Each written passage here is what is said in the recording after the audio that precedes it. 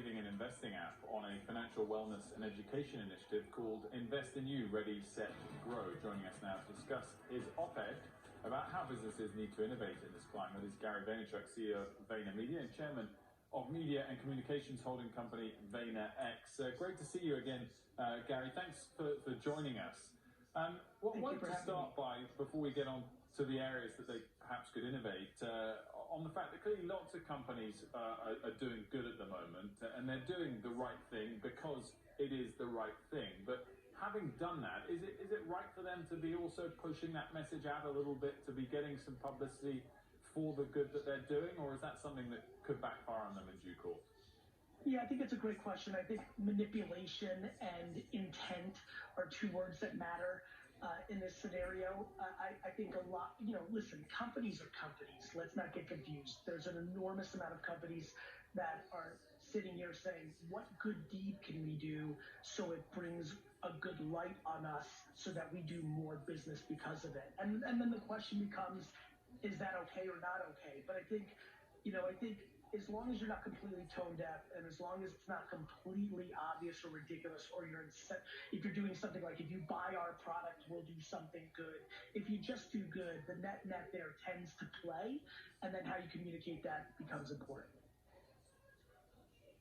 So what sort of ideas are you throwing out there, Gary, as far as what you'd like to see companies do and how you'd like them to sort of expand in the ways that they think about their brand and how they can help people and also help themselves? Yeah, I think there's two things that stand out for me right now. One is the documentation of the good. I think it's important, if you've converted your plant into making something and you're donating it, that, I think it's appropriate to document that and really thank your workers who are, in risk.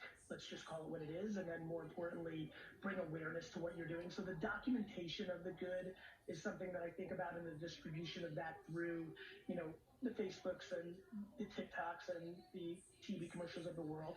I think the other thing right now to think about is the macro. The far majority of Fortune 5000 brands are wildly incompetent in digital creative and media distribution, and that comes at the fact that most CMOs that are watching right now are not actual practitioners. They never run an ad on Instagram or TikTok or pre-roll YouTube. So we're really recommending that this is a time from CEO down that people become practitioners. We have more downtime right now. I think people are being efficient and effective with the Zooms and the Google Hangouts and the Slacks and the workplaces of the world. But I definitely think that becoming a practitioner during this downtime in the world of marketing, where there are so many new ways to do it, is a huge opportunity.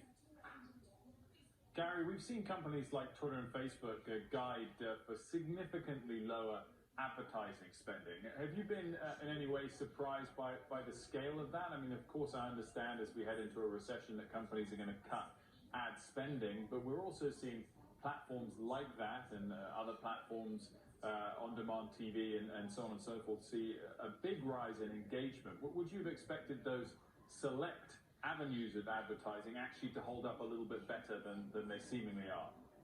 No, ironically, late stage VC funded startups are a big part of Facebook and Twitter's business.